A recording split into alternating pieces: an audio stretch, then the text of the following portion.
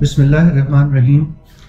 मेरा नाम मुबश्शिर नईम सिद्दीकी है और मैं डायरेक्टर जनरल हूँ वफाकी इंश्योरेंस मोहतसिब में। मोहतसिब के इदारे एक इंसाफ की फरहमी और फ्री ऑफ कॉस्ट जस्टिस के लिए जाने जाते हैं। हमारा इदारा भी वफाकी सतह पे जो 5 मोहतसिब के इदारे हैं उनमें से एक है।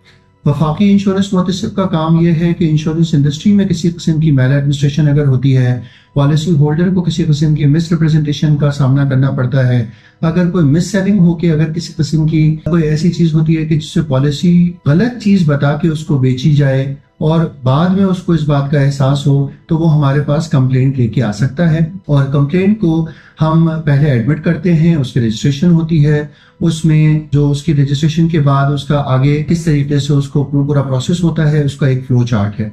सबसे पहले मैं आपको बताऊं कि हमारे इदारे में कंप्लेंट को किस तरीके से पहुंचाया जा सकता है। सबसे पहला तरीका तो यह है कि हमारे कराची में हेड ऑफिस है और 7 रीजनल ऑफिस हैं जो कि इस्लामाबाद, लाहौर, मुल्तान, पेशावर, कोयटा, सक्खर और हैदराबाद में हमारे दफातर हैं। हमारी वेबसाइट है www.fio.gov.pk, जिस पे जाके आप इन इदारों के पते और उसका कहाँ लोकेशन है उससे आप आगाह हो सकते हैं और वहां जाके कराची या किसी भी रीजनल ऑफिस में आप जाके अपनी कंप्लेंट जो आपकी जुरिस्डिक्शन बनती है वहां अपनी कंप्लेंट बाय हैंड जमा करा सकते हैं। दूसरा तरीका यह कि आप डाक से हमारे इदारे में कंप्लेंट भेज दें। और तीसरा तरीका ये है कि FIO की वेबसाइट जो मैंने अभी आपको थोड़ी देर पहले बताई थी उस पर जाके ऑनलाइन कंप्लेंट कर दें। और चौथा तरीका यह है कि हमारा एक हेल्पलाइन नंबर है 1082, इस पे आप कॉल करके अपनी कंप्लेंट रजिस्टर करा सकते हैं। ये 4 सहल और आसान तरीके हैं जिसको फॉलो करते हुए आप कंप्लेंट रजिस्टर कर सकते हैं। अब जिस वक्त आप कंप्लेंट रजिस्टर हो गई तो उस कंप्लेंट का प्रोसेस शुरू होगा। उसको एक कंप्लेंट नंबर मिलता है, उस कंप्लेंट नंबर को आगे चल के वो किसी को असाइन होती है, जिस रीजनल ऑफिसर्स की जुरिस्डिक्शन में आती है वहां पे आएगी, या फिर कराची में अगर वो आपकी जुरिस्डिक्शन आती है तो यहाँ पे अलग अलग एडवाइजर्स और कंसल्टेंट हैं जो इसको देखते हैं और इसको मामला को आगे बढ़ाते हैं। इसमें जो सबसे इंपॉर्टेंट बात है वो है सेक्शन 129 ऑफ इंश्योरेंस ऑर्डिनेंस 2000, उसकी कंप्लायंस करना। बेसिकली एक सादे सफ़े पे जब मैं बोलता हूँ कि फ्री ऑफ कॉस्ट जस्टिस, तो उसका मतलब ये कि आप बिला मुआवजा यहाँ पे इंसाफ की फरहमी हो रही है और उसमें आपकी कोई कॉस्ट नहीं लग रही। आपको किसी वकील की जरूरत नहीं है, आपको किसी स्टैम्प पेपर की जरूरत नहीं है, आपको कोई कागजात का जत्था बनाने की जरूरत नहीं है कि जिसके बाद ही आपका काम शुरू होगा। एक सिंगल पेजर कंप्लेंट पे आपको केस नंबर मिल जाएगा।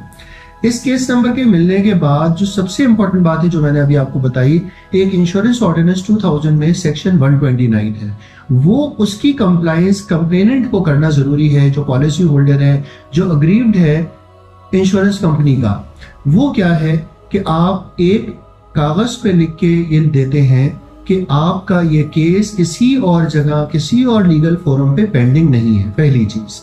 दूसरी ये कि आप इंश्योरेंस कंपनी को एक लेटर लिखते हैं जिसमें आप ये बताते हैं कि आपका जल्द अज जल्द मामला हल नहीं किया गया तो इंश्योरेंस मोहतसिब में मैं आपकी जो कंप्लेंट की है उसके ऊपर मैं एक्शन के लिए परसू करूंगा। ये 2 चीजें हो जाएंगी तो बेसिक हमारा जो कानून है वो ये कहता है कि prior to make that complaint ये 2 चीजें जो है वो पूरी होनी चाहिए। जैसे ये 2 चीजें अगले महीने में, 15 दिन में, 25 दिन में, 30 दिन में जब कोई पूरी हो जाती है तो हम अपनी कंप्लेंट के ऊपर काम शुरू कर देते हैं।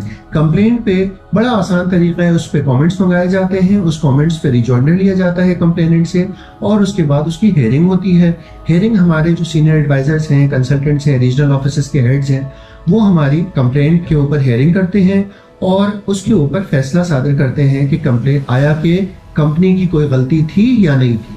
अगर तो at the time of selling किसी भी किस्म की कोई मिस सेलिंग हुई है, कोई मिस रिप्रेजेंटेशन हुई है, किसी किस्म की कोई चीज छुपाई गई है और जो सही तरीके से बताया नहीं गया कंप्लेनेंट को, ये चीज कहीं वो साबित हो जाती है तो कंप्लेनेंट के हक में वो फैसला हो जाता है और वो जो ये कहता है कि मुझे इतने पैसे मुझसे गलत ले लिए गए, गलत बता के लिए गए, तो इस हवाले से उसके हम फेवर में फैसला करते हैं। और अगर ये चीज साबित हो जाए कि कंप्लेनेंट कहीं गलत है, कंपनी ने तमाम चीजों को पूरा किया है, एक CBC एक चीज होती है कॉल बैक कंफर्मेशन, अगर वो हुई है, अगर कंप्लेनेंट ने पढ़ लिख के प्रॉपर तरीके से हर चीज पे साइन किया है और उसके बावजूद अब वो समझता है कि उसको किसी पैसों की जरूरत है और वो सिर्फ पैसों की जरूरत की खातिर अपने पैसे पूरे चाह रहा है, तो इसको भी हम बहुत अच्छे तरीके से इंसाफ के पैमाने पे पूरे तरीके से उसको तौल के और उस पर फैसला करते हैं।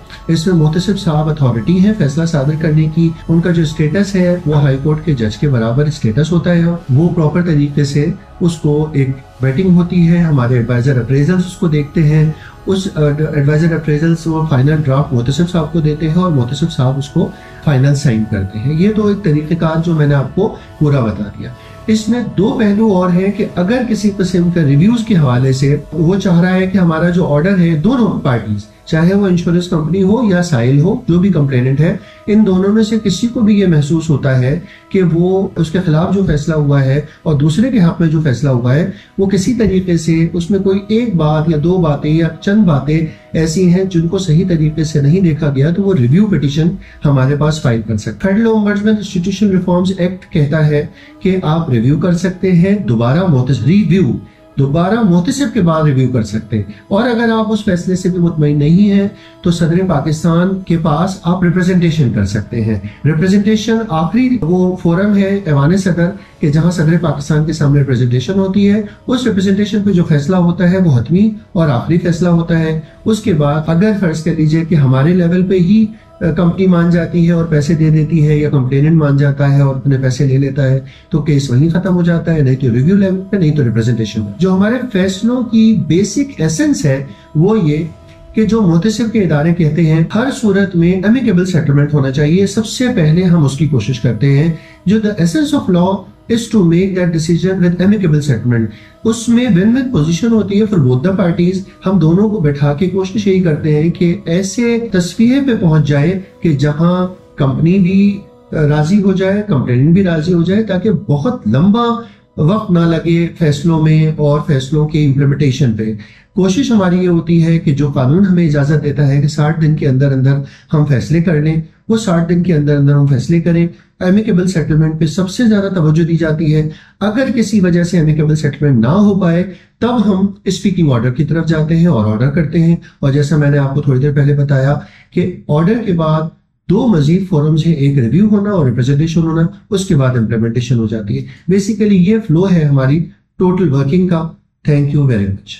वफाकी इंश्योरेंस मोहतसिब आपके हकूक के तहफ़्फ़ुज़ का ज़ामिन।